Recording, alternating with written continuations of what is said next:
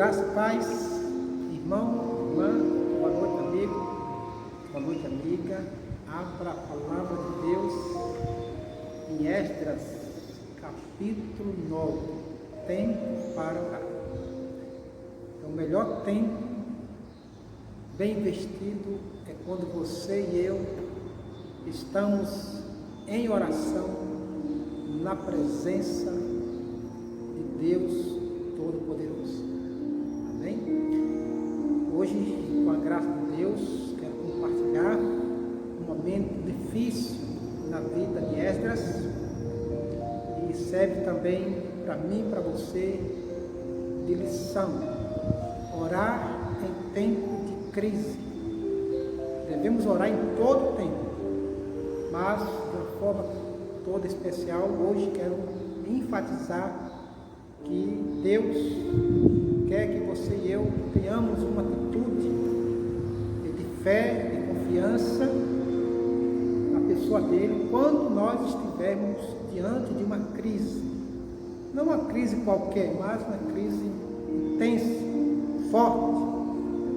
E é o que nós encontramos aqui. Esse homem de Deus, ele foi separado por Deus, escolhido por Deus, usado por Deus, e ele fez uma longa viagem, guiando, conduzindo o povo até Jerusalém, e pela proteção de Deus, pela mão de Deus, este homem e o povo chegaram bem em Jerusalém.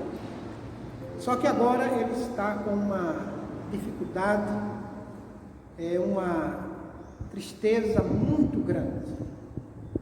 Mas o que aconteceu? Então acompanhe na sua Bíblia, ou então ouça com atenção Esdras 9.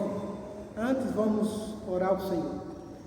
Ó Deus maravilhoso, Deus poderoso, aqui nesse momento entrego em tuas mãos a minha vida, e que o Senhor esteja falando de maneira clara e profunda ao coração do meu irmão, da minha irmã, e de cada pessoa que nesse momento se dispõe a ouvir a tua palavra. Ó Deus, ao Senhor, em nome de Jesus. Amém. Diz assim a palavra: acabadas, pois, estas coisas. Que coisas? Coisas boas. Aí você tem que ler o capítulo 8, depois de um momento maravilhoso que Deus esteve guiando, conduzindo e abençoando ele e o povo. Agora vem a notícia ruim. Diz assim a palavra: vieram ter comigo os príncipes, dizendo: o povo de Israel e os sacerdotes e os levitas não se separaram dos povos de outras terras com as suas abominações, isto é, os cananeus, os heteus, dos fariseus, dos jebuseus, dos amonitas, dos moabitas, dos egípcios e dos amorreus. Essas nações eram nações pagãs, nações ímpias, perversas, imorais, ímpias, incrédulas, depravadas, e Deus já tinha recomendado várias vezes na sua palavra e através dos profetas para que o povo não entrasse em união com esse povo, porque era um povo extremamente corrupto, era um povo extremamente pecaminoso, era um povo extremamente imoral, depravado. E infelizmente está aqui um exemplo, um mau exemplo do povo, iniciando com os líderes, os levitas e os sacerdotes. Eram os homens que Deus tinha separado para que eles fossem homens santos, homens consagrados, homens que tivessem a serviço de Deus. Então eles, juntamente com o povo, entraram em decadência moral e espiritual. Então essa foi a notícia que chegou aos ouvidos de Esdras, homem de Deus, homem santo, homem que Deus estava usando de maneira poderosa. Agora ele recebe essa notícia que o povo e os líderes tinham se envolvido com as pessoas, com as mulheres ali dessas nações depravadas. Diz aí a palavra de Deus no versículo 2: pois tomaram as suas filhas para si e para os seus filhos, e assim se misturou a linhagem santa com os povos dessas terras, e até os príncipes e magistrados foram os primeiros nesta transgressão. Então, uma notícia horrível, triste para o homem de Deus, porque ele foi preparado para estar ali, guiando, conduzindo, abençoando aquele povo. Há um texto que eu quero aqui lembrar, em forma de perguntas, que Paulo escreve lá na sua segunda carta aos Coríntios, no capítulo 6, versículo 14 ao 16, ele faz umas perguntas para mostrar a seriedade do pecado. Então, uma pessoa santa, um homem santo, um verdadeiro homem de Deus, uma verdadeira mulher de Deus, um verdadeiro cristão, ele precisa ter uma atitude radical, essa é a palavra, radical, de não se contaminar com as pessoas ímpias. Olha o que ele diz: como pode a justiça ser parceira da maldade?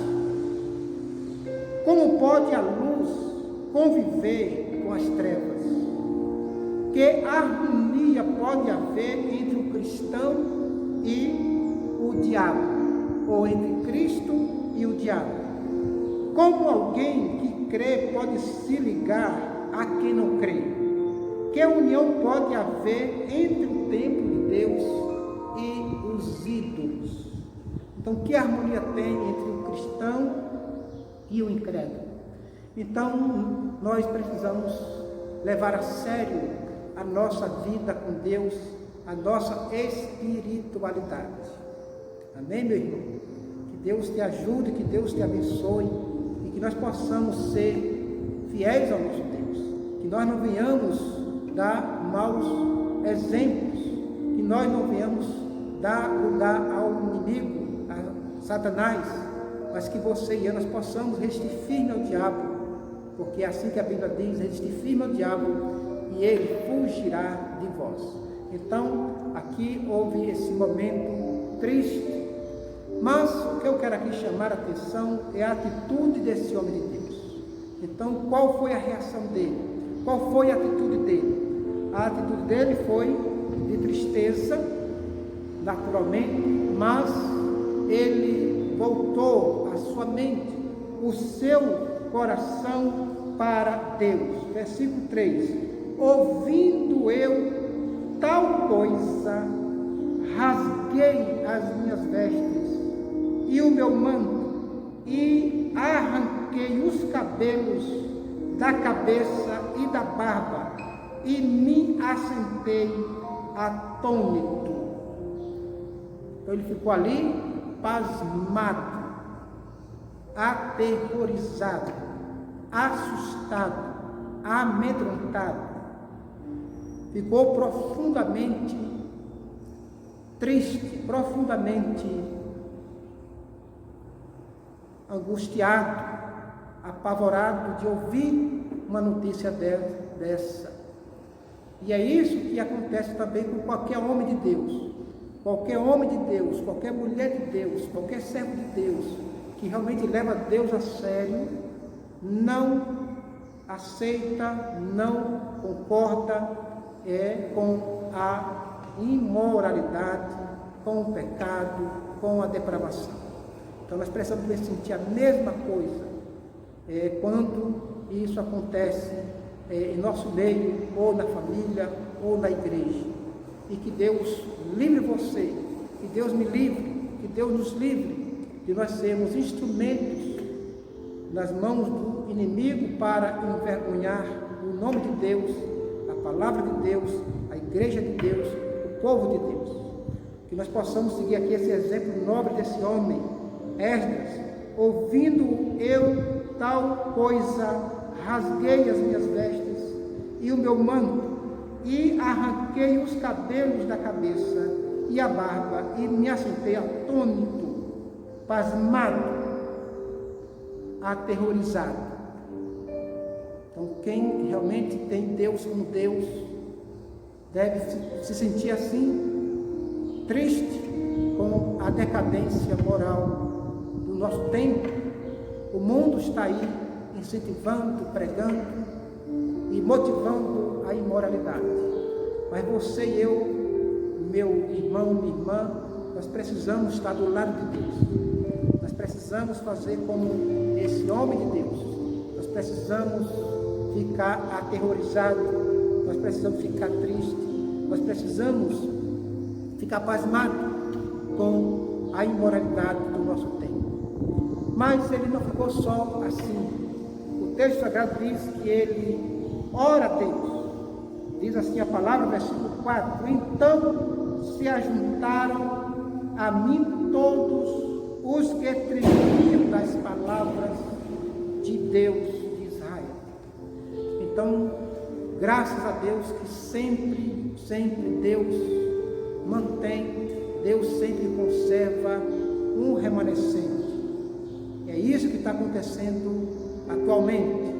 Então, diante desse mundo pós-moderno, nós vemos que Deus está conservando um povo santo, um povo fiel, um povo comprometido com a sua palavra, um povo comprometido com a sua igreja, um povo comprometido com o seu reino, um povo comprometido com o próprio Deus. Então, aqui Esdras e outros ali servos do Senhor se juntaram a ele. Para quê? Para buscar o Senhor, para orar ao Senhor, por causa da transgressão do cativeiro. Porém eu permaneci assentado, atônito, até ao sacrifício da tarde.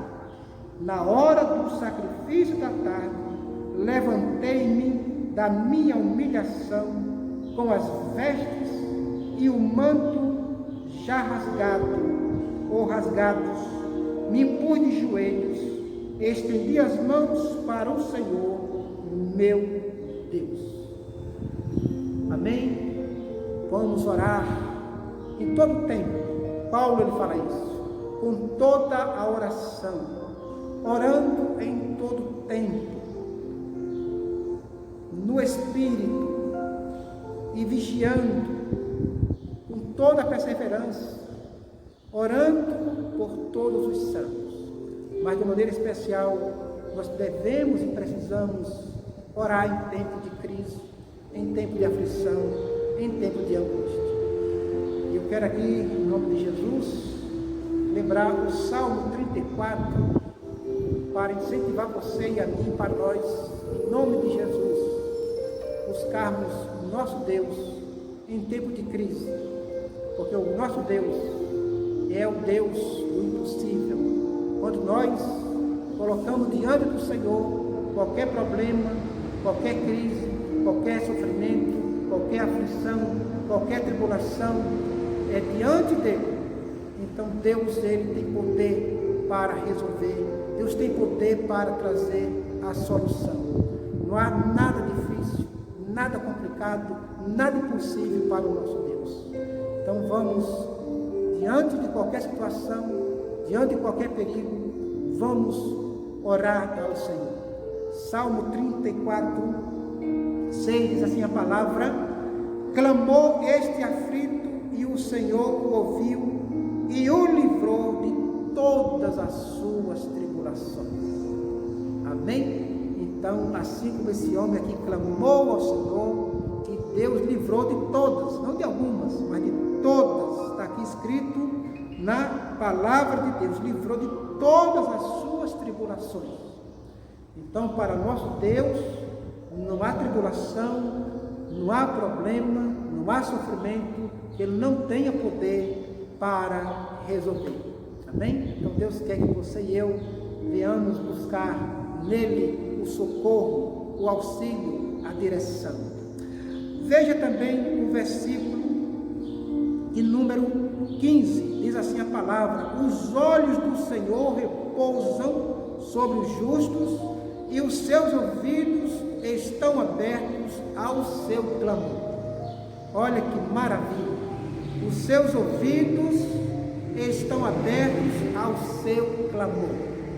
Então, meu amado irmão, minha amada irmã, vamos clamar ao Senhor, porque Deus está com seus ouvidos abertos. Olhe para o versículo 17: clamam os justos e o Senhor os escuta e os livra de todas as suas tribulações. Perto está o Senhor dos que têm o coração quebrantado e salva os de espírito oprimido. Muitas são as aflições do justo, mas o Senhor de todas o livra. Amém? Então fica aí essa palavra para você e para mim. Vamos clamar, vamos orar em tempo de aflição, em tempo de crise. Amém?